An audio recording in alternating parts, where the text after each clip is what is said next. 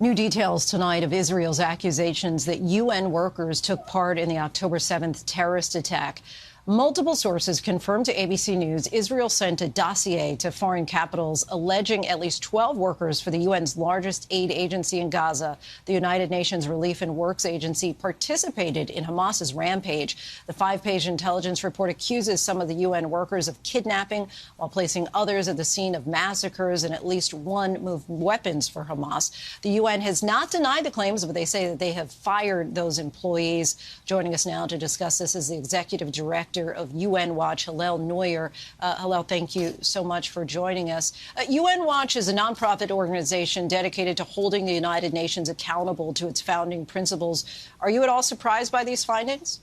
Sadly, I'm not. For nearly 10 years, we have documented promotion of jihadi terrorism, hatred, and anti-Semitism among teachers, school principals, and other employees of this agency, UNRWA, UNRWA, the UN agency that's supposed to take care of social services for Palestinians in Gaza, the West Bank, Lebanon, and other places. And we have submitted it to the agency's representatives, submitted it to the United Nations, and for 10 years, Lindsay, they attacked us. If they really are guilty of these accusations here, why would they simply be fired? Why wouldn't there be further action taken on them? Well, look, we're getting conflicting approaches. On the one hand, the UNRWA leaders and the UN Secretary General say it's allegations, but they fired them, so which they didn't do in the past when we brought complaints about incitement of hatred and other crimes. So it seems that it's damage control. Look, more than a dozen countries, the leading supporters of this agency, who are their biggest defenders, the United States on Thursday said it's a trusted partner, UNRWA, and they're going to have a central role in post-war Gaza. The United States was the first to freeze funding. Canada, Germany, France, Sweden, countries that have never, ever defunded this agency, they've announced temporary freeze.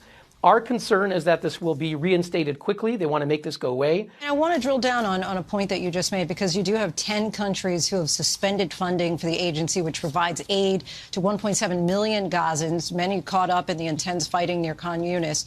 How can people be held accountable while at the same time making sure that those in need aren't used as collateral damage?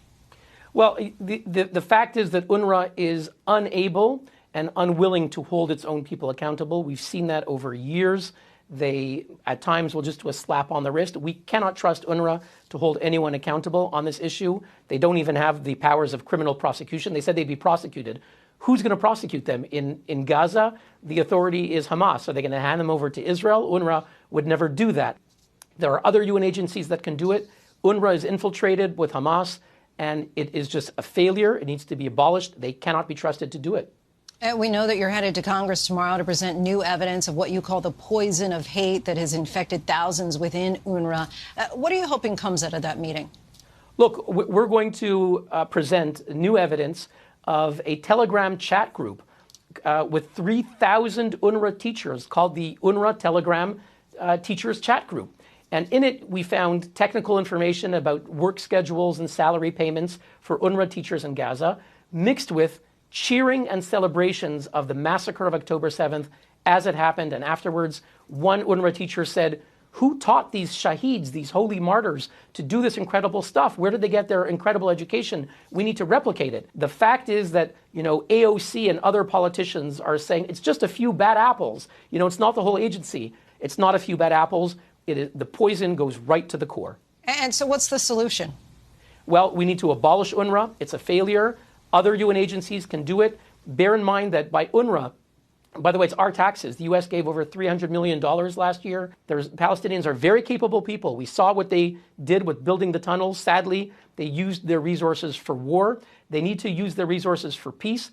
The international community cannot rely on UNRWA. There are other alternatives that can do the job. Executive Director of UN Watch, Hillel Neuer, we thank you so much for your time. I appreciate it. Thank you. ABC News has reached out to the UN for reaction to the UN Watch's claims that they had warned the organization for nearly 10 years, flagging that there were problems within the UNRWA organization. We have yet to hear back.